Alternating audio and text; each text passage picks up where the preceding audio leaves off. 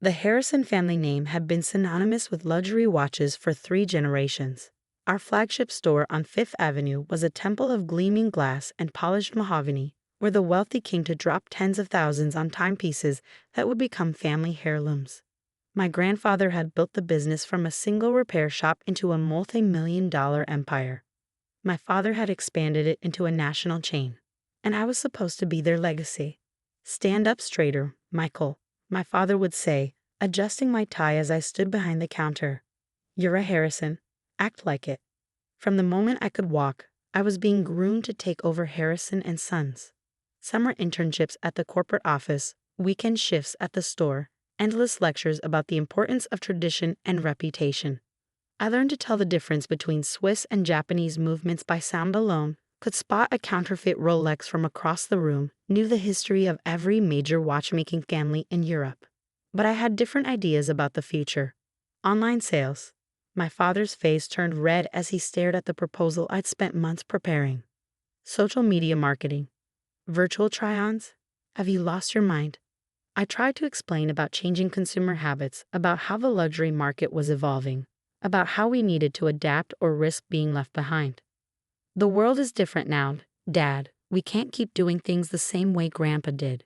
"Your grandfather," he said through clenched teeth, "built this company on personal service, on relationships, on tradition, not on Instagram likes."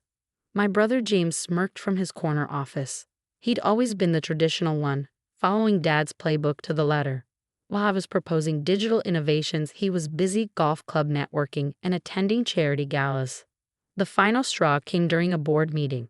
I had prepared a comprehensive digital transformation strategy, complete with market research, competitor analysis, and projected ROI.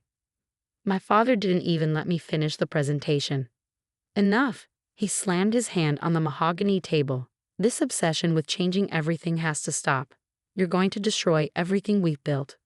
"Dad, please just look at the numbers." "The numbers?" He laughed bitterly. "You want to talk about numbers? How about the fact that your brother's traditional sales methods brought in 5 times what your experimental online platform did last quarter? That's because you only gave me a fraction of the budget. Because I'm not going to throw good money after bad." He stood up, his face purple with rage. "You're useless to this family business. All you want to do is tear down everything we've built." "Well, I won't let you." The room fell silent. Even James looked uncomfortable. "Dad," I said quietly, "if we don't adapt, we're going to lose everything. Get out." His voice was cold, final. "You're fired. I'll have HR prepare your severance package. You're firing your own son." Our COO, Mr. Thompson, spoke up for the first time. "I'm firing someone who would destroy this company with his crazy ideas." Dad straightened his custom-made suit. "The fact that he's my son just makes it worse." I looked around the room at the faces I'd known all my life, the board members who'd watched me grow up, the executives who used to slip me candy when I visited the office as a kid. None of them would meet my eyes. "Fine," I said, standing up. "But remember this moment. Remember that I tried to help." "Help?"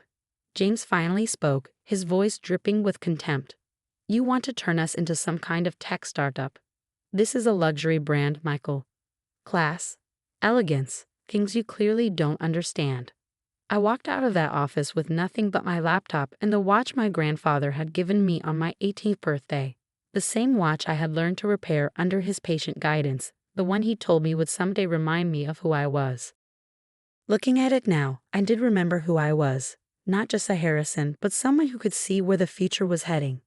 That night, I sat in my apartment and made a list. Every industry contact I'd made who believed in digital transformation. Every supplier who had complained about our outdated ordering systems. Every young employee who had come to me with innovative ideas that had been shot down. Then I made some calls. Marcus Chen, a brilliant software engineer I'd met at a tech conference, was my first recruit. An online luxury watch platform, he said when I pitched him my idea. With virtual try-ons and blockchain authentication, I'm in. Sarah O'Connor, who had revolutionized digital marketing for several major brands, was next. "The luxury market is desperate for innovation," she agreed. "When do we start?" Within a month, I had assembled a core team of industry experts who shared my vision. We worked out of a small office in Brooklyn, far from the gleaming towers of Manhattan, where Harrison and Sons held court. I called our company Chronosphere Digital. No connection to the Harrison name, no hint of my involvement. Just a startup looking to revolutionize the luxury watch market. We built something completely new, not just an online store, but a complete digital ecosystem for watch enthusiasts. Virtual try-ons using augmented reality, blockchain certification for authenticity, social features that let collectors connect and share their collections, expert video consultations for buyers who wanted the personal touch. The first year was brutal. I poured every penny of my savings into the company. There were nights I slept on the office floor, coding until dawn. My team worked for equity, believing in the vision when we couldn't afford real salaries. But slowly, things started to click. Watch collectors loved our authentication system, which made buying expensive pieces online feel safe. Young professionals appreciated our virtual consultations, which gave them the luxury experience without the intimidation of walking into a stuffy store. Even traditional collectors were drawn to our social features, which let them showcase their collections to a global audience. I kept tabs on Harrison and Sons through industry contacts. They were struggling, but they tried to hide it. Their refusal to embrace e-commerce had left them vulnerable when the pandemic hit. Their reliance on in-person sales was killing them in a world where even luxury buyers were shopping online.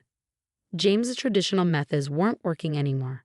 Dad's insistence on doing everything the old way was costing them market share. Their stock price was dropping, and rumors of layoffs started circulating. Then came the news that they were looking for investors. I sat in my office, a real office now, in a modern building with a view of the city, and looked at the email from my contact in investment banking. Harrison and Sons needed capital badly. They were quietly shopping for a buyer who would respect their traditions. My grandfather's watch ticked softly on my wrist as I made the decision. Time to make an offer, I told my team. The response from Harrison and Sons board was quick. They were interested in meeting with Chronosphere Digital's CEO. A meeting was set for the following week at their Fifth Avenue headquarters. I walked into my old building for the first time in 5 years. The security guard did a double take but said nothing as I headed for the elevator. Everything looked exactly the same. The same artwork on the walls, the same heavy furniture, the same thick carpets muffling every footstep. My father and James were waiting in the conference room, along with the board members who had sat silently while I was fired. None of them recognized me at first, dressed in my perfectly tailored modern suit instead of the traditional styles they preferred. "Thank you for meeting with us," my father began, then stopped as recognition dawned. The color drained from his face. "Hello, Dad," I said quietly. "I believe you wanted to discuss a buyout?" James jumped to his feet. "This is a joke. This has to be a joke." I opened my laptop and pulled up Chronosphere Digital's financials. "No joke. We're prepared to make a very generous offer, though some changes will obviously be necessary." My father's hands were shaking. You're behind Chronosphere. The company you called useless?" I smiled. "Yes, the company that's now worth 10 times what Harrison and Sons is. That's mine." The room erupted into chaos. James was shouting about family betrayal. Board members were whispering urgently to each other. Mr. Thompson was trying not to smile. I stood up. "You have 24 hours to make a decision. My team has prepared all the necessary paperwork." I headed for the door, then paused. "Oh, and Dad, remember when you said I was useless to this family business? Turns out I was just ahead of my time." The next day was chaos. Lawyers came and went. Board members argued. James threatened to sue, though for what he couldn't quite articulate. In the end, they accepted. They had no choice, really. The numbers didn't lie. I sat across from my father in his office, soon to be my office, as he signed the final papers. His hands were steady, but I could see the toll this was taking on him. "I should have listened," he said quietly, not looking up from the documents. "Yes," I agreed. "You should have." But my father just sat there, staring at me like he was seeing me for the first time. I held up my hand for silence. "Now should we discuss terms? Or would you prefer to maintain your traditions while your company continues its decline?" The antique grandfather clock in the corner ticked loudly, marking the seconds until someone spoke. My father found his voice first. This is some kind of revenge plot." "No," I replied calmly, sliding financial reports across the table. "This is business. Your company is failing. I'm offering to save it. James snatched up the papers, his face reddening as he read. These numbers can't be right. You're saying your company is worth $850 million as of our last valuation. I kept my voice neutral. While Harrison and Sons' market cap has dropped to approximately $80 million and falling. The board members were all looking at their own copies of the report now. I could see the moment reality sank in for each of them. How? My father whispered. How did you build all this in just 5 years? By understanding that tradition doesn't have to mean stagnation. I opened my laptop and pulled up Chronosphere's platform. We didn't destroy the luxury experience, we enhanced it. We made it accessible to a new generation of collectors while maintaining the exclusivity that high-end buyers demand. I demonstrated our virtual try-on technology, showing how customers could see exactly how different watches would look on their wrist. Then our blockchain authentication system, which had made us the most trusted name in online luxury watch sales.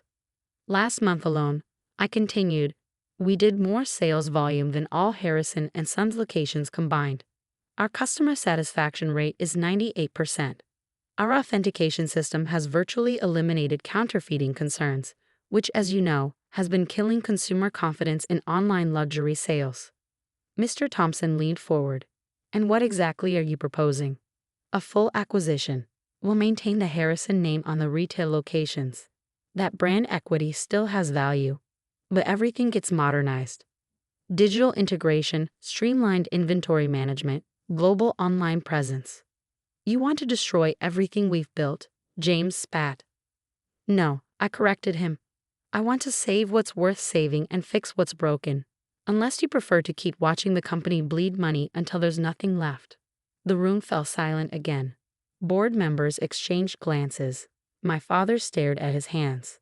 The offer is $100 million, I said. That's a premium over your current market value, and frankly more than the company is worth in its current state. But I'm feeling generous. And if we refuse? My father asked. Then I'll watch you continue to fail and probably buy the company for half that amount in bankruptcy court next year. I closed my laptop. Your choice. James slammed his hand on the table. This is absurd. We can't sell to him. He's just trying to humiliate us. James, Mr. Thompson said sharply, be quiet.